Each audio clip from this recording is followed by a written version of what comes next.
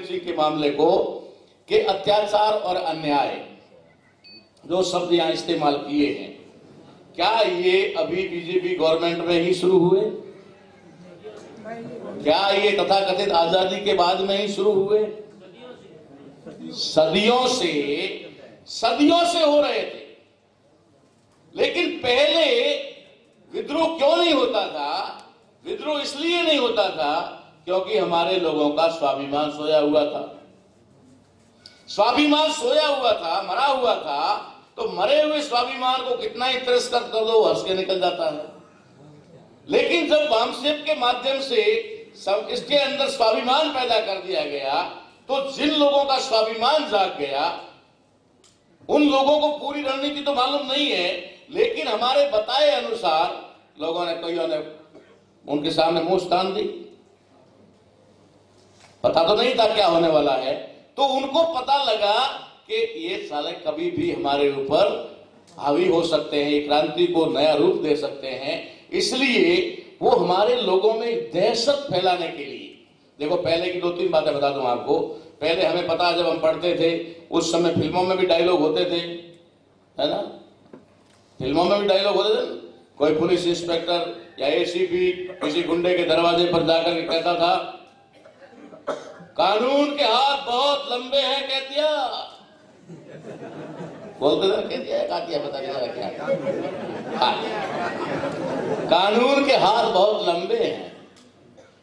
अभी जब भी कोई ऐसा मॉब लिंचिंग का मामला होता है और हमारे लोग धरना प्रदर्शन करके बहुत बड़े झंडे लेकर के ज्ञापन देने जाते हैं, तो एसपी साहब क्या कहते हैं, आईजी डीआईजी क्या कहते हैं?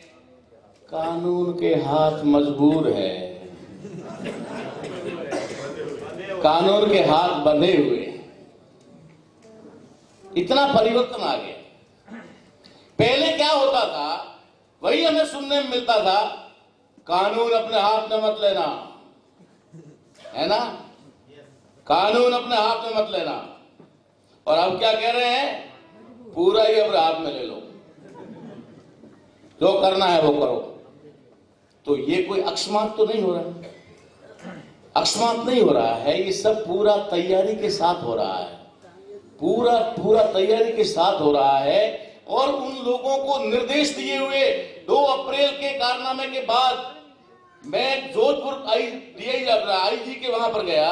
वो केसी घुमरिया जी को तो आप अच्छी तरह जानते हैं, शंभू जी भी जानते हैं, आपके बिहार और झारखंड के प्रिंसिपल चीफ कमिश्नर हैं इनकम टैक्स में। वो केसी घुमरिया के छोटे भाई हवा सिंह घुमरिया हमारे आईजी थे जोधपुर में।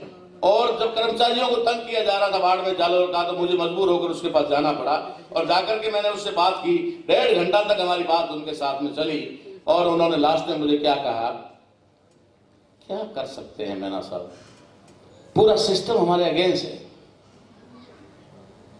मैं समझ गया, इतनी भाषा बोलते हैं बड़े अधिकारी, कोई लंबी चौड़ी कहानी तो नहीं सुना सकते। एक शब्द उन्होंने कहा, क्या कर सकते हैं, पूरा सिस्टम हमारे अगेंस्ट है। मैं समझ गया, मैंने कहा आपसे कुछ नहीं होगा। फिर भी उसने मुझे कहा कि मैं दोनों एसपी को फोन कर देता हूं और जितनी होगी आपकी मदद करेंगे, लेकिन हम लोग मजबूर हैं। अरे मजबूर तो थाने का एक बीट अधिकारी कांस्टेबल होता है, वो भी नहीं होता, उसके पास भी अपना पावर होता है और उस पावर का इस्तेमाल वो कर सकता है। लेकिन एक आईजी कहता है कि मैं सिस्टम हमारे अगेंस्ट होने की वजह से मजबूर हूं, तो आप लोग समझ लीजिए कि ये कोई आकस्मिक होने वाली घटना नहीं है, ये बहुत ही बड़े तरीके से आप लोगों के ऊपर थोपी जाने वाली एक बात है, सिस्टम है, ताकि आप लोगों का मनोबल गिरे।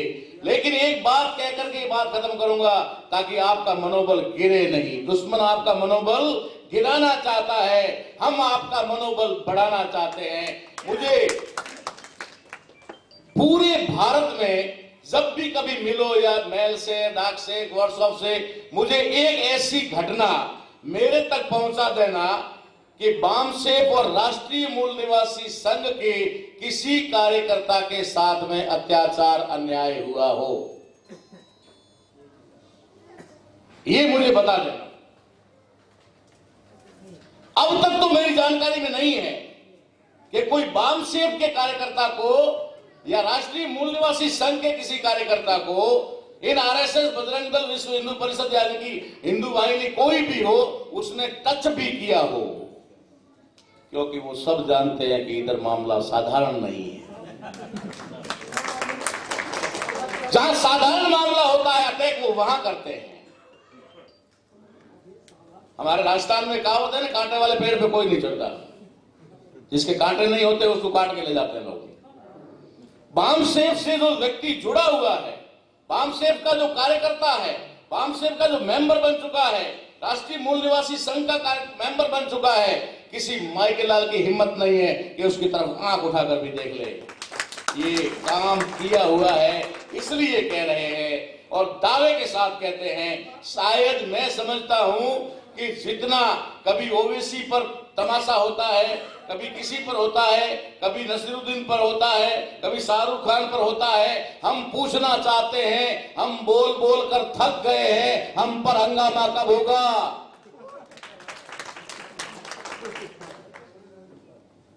अरे वो तो बेचारे कभी थोड़ी सी चुटकी भरते हैं और तुम कहते हो पाकिस्तान चले जाओ, ये कर दो, वो कर दो, तुम्हारा ये कर देंगे, तुम्हारा वो कर देंगे। अरे तुम्हारी मॉब लिंचिंग है तो किसी बामसेफ के कार्यकर्ता पे उपयोग करके बताओ। नहीं हो सकता। क्यों नहीं हो सकता? क्योंकि यहां सारे कैडराइज लोग हैं, यूनाइट लोग हैं। बाड़मेर के कलेक्टर की घटना बता दूं, इधर राष्ट्रीय मूल निवासी संघ का बैनर लेकर के लोग कोई चले गए थे प्रदर्शन करने, तो कलेक्टर ने तुरंत ही गवर्नमेंट से परमिशन मांगी, कहा कि मुझे आदेश दो, मैं अभी हाथों हाथ इनको 2 मिनट में सीधा कर देता हूं। उस समय वसुंधरा की गवर्नमेंट थी, वसुंधरा ने तुरंत कलेक्टर को वापस पूछा कि जरा बैनर देखो तो किसका है। उसने चपरासी को भेजा, चपरासी बाहर जाके देख के आया कि साहब कोई राष्ट्रीय मूल निवासी ऐसा कुछ नाम है। तो उसने फिर वो वापस बताया, वसुंधरा को बताया कि वो राष्ट्रीय मूल निवासी संघ वाले हैं, बोलना भूल से भी मत छेड़ना। तू कह रहा मैं डंडा घुमा दूं, तेरा डंडा अंदर रख दे, तुझे नहीं पता कि तू यहां छेड़ेगा और भारत की 3000 तहसीलों में आग लग जाएगी। राजस्थान जिम्मेदार होगा उसके लिए। चुपचाप जा, जैसे भी होता है समझौता करके उनकी मांग को खत्म कर। तुरंत उसने एसडीएम को भेजा और सारी शर्तों को, उसके गवाह भैरवलाल जी नामा है और इनका बेटा एडवोकेट डोंगर सिंह उसका नेतृत्व कर रहे थे। मंगलाराम जी माजीराना यहाँ पर बैठे हुए हैं, वो उस लीड कर रहे थे। आपको बता दूं कि इस नाम में कितना दम है। अरे जुड़ के तो देखो, मजा आएगा यार, है ना? और खाना भी टाइम पे मिलेगा। जुड़ के तो देखो। बहुत बहुत धन्यवाद।